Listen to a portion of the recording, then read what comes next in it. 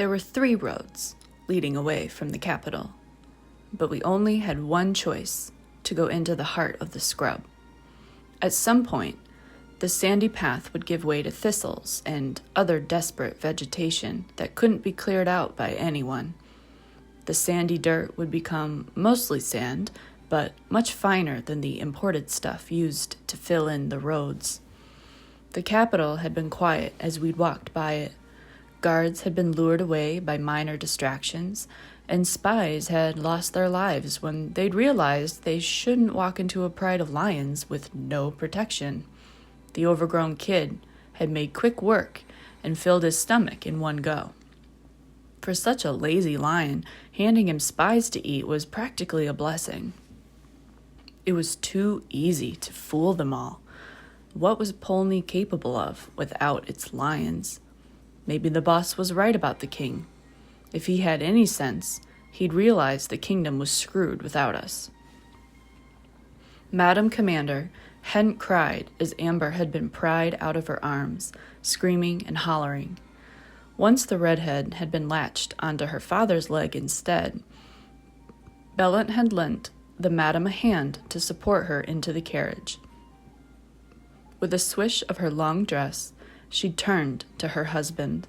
No words had been exchanged, but every lion had turned away.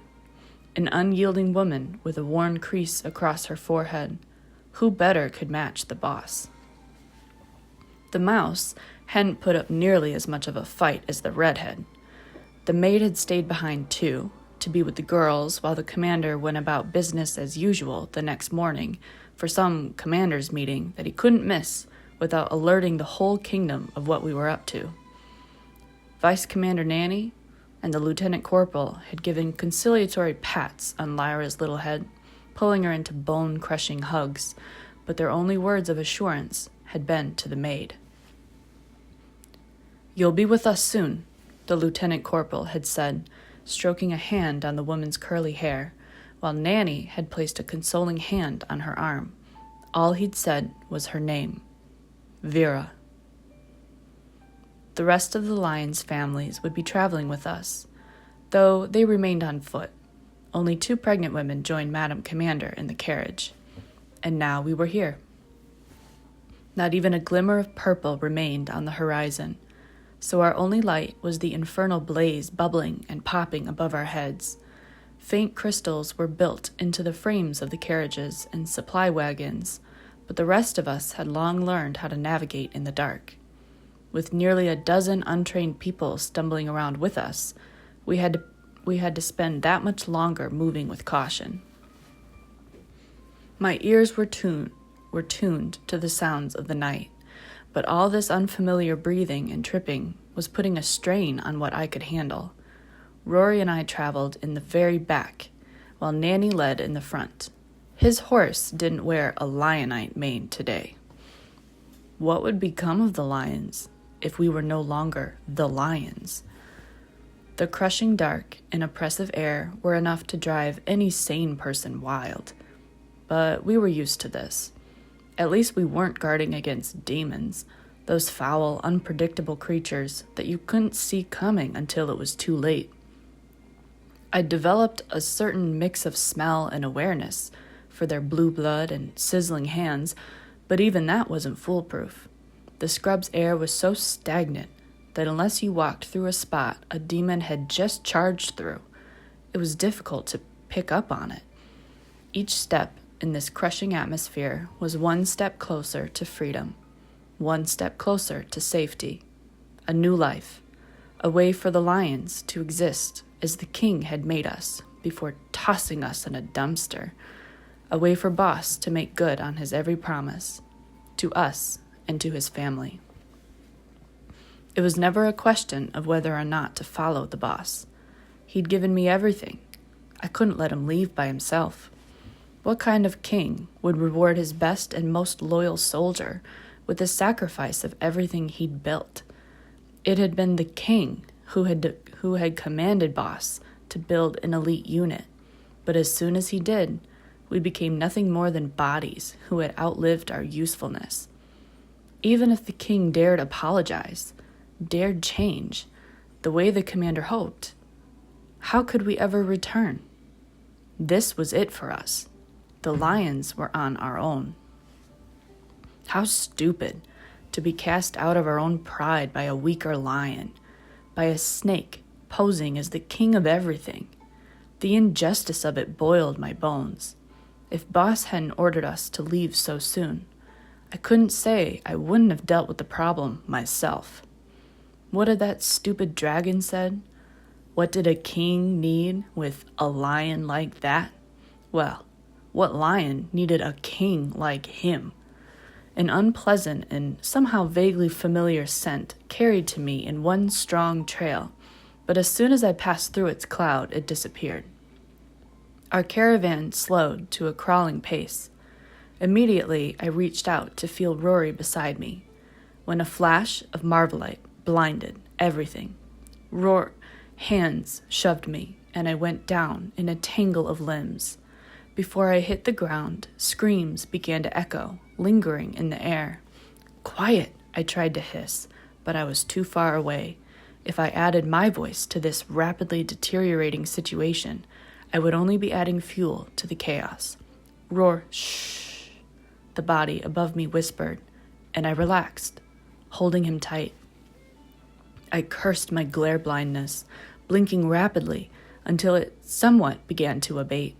It was too dark for this. Shadows upon shadows materialized until I noticed light bobbing up ahead. Someone's sword was fighting something that glowed blue. After a few orienting seconds, I realized they were blue hands. Shivers of incomprehension made my limbs useless as I struggled out from underneath Rory's body. "Move, baby, you have to move," I soothed. Over there." But Rory could not be moved. "Elle," he said. One hand poked at my jaw, prying it down so that it turned toward him. His face was hidden behind shadows that coalesced and danced eerily across his every feature, moving just as violently as that glare of light that had blinded me. "Elle," Rory said again. In that instant, my useless eyes spotted it. A lurch in my chest heaved the base of my stomach up into a giant spray, but I hadn't eaten, so nothing came out. "Elle," Rory patted my face.